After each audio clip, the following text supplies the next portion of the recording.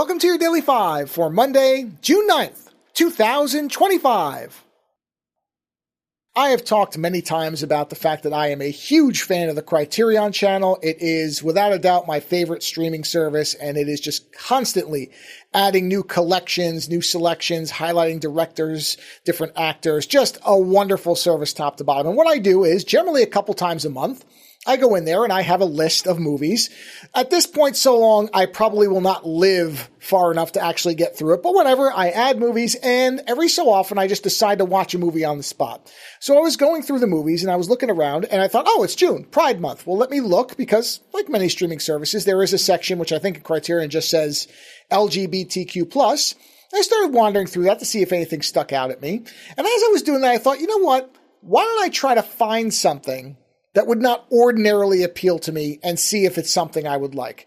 And sure enough, I came across a very striking thumbnail for a movie titled Gypsy 83. And it's from 2001, not a period of time where I really watch a lot of movies from, early 2000s. And it's a coming-of-age film.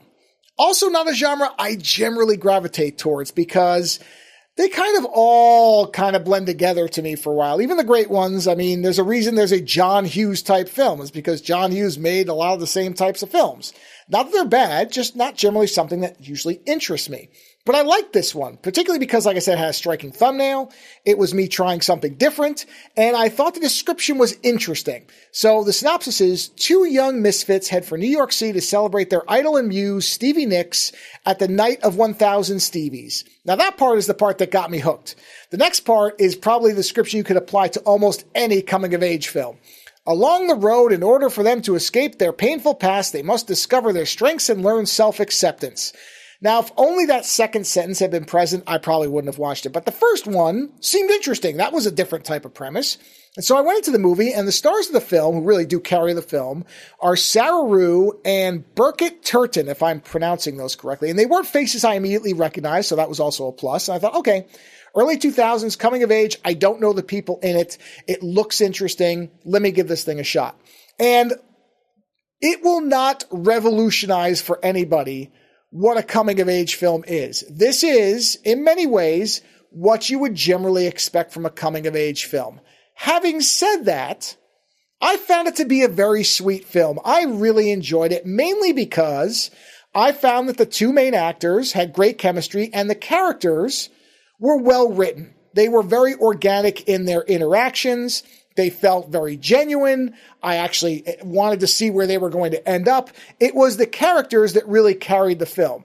If you're coming in here expecting something that's completely out of the box or something that's completely different, then you probably will be let down. A lot of the reviews that didn't like the movie do cite the fact that a lot of it seems very familiar. And it does. But again, to me, most coming-of-age films are very kind of similar in what they do. So that really doesn't pass as a criticism for me. I just kind of threw that aside. But I do like these characters. Again, the premise is interesting and different. I don't know if the Night of 1,000 Stevies is a real thing or not. I kind of hope it is, because it looks wild. But either way, this idea that these two characters that both just do not fit in the small town that they're in, which again, very common coming-of-age story, want to escape, and they want to go and find a place where they feel like they will belong. And this is the journey of them trying to get there. And there are bumps along the road, as of course there would be. Otherwise, it would probably be a pretty boring movie. But again, it's a sweet film. A lot of people don't like the ending, which isn't some kind of twist. They're not both dead or anything. I'll just, make sure you know that. So I guess that's a spoiler. But it's not that type of thing where people didn't like it. I don't really know what people didn't like about the ending. I thought it was actually pretty perfect for what the film's, I think, point was. I didn't mind the ending, but I guess a lot of people really need an epilogue now and can't accept that the story ends at a certain point. I don't know if that's a modern thing or not, because I find this criticism a lot and I don't understand where people are like, well, I think the movie just ended. It's like, well, it didn't just end. It had an ending. They just decided that the rest of the story wasn't something they had to give you a freeze frame and a bunch of text to explain. So like I said, I really like this. I don't know that it's for everybody.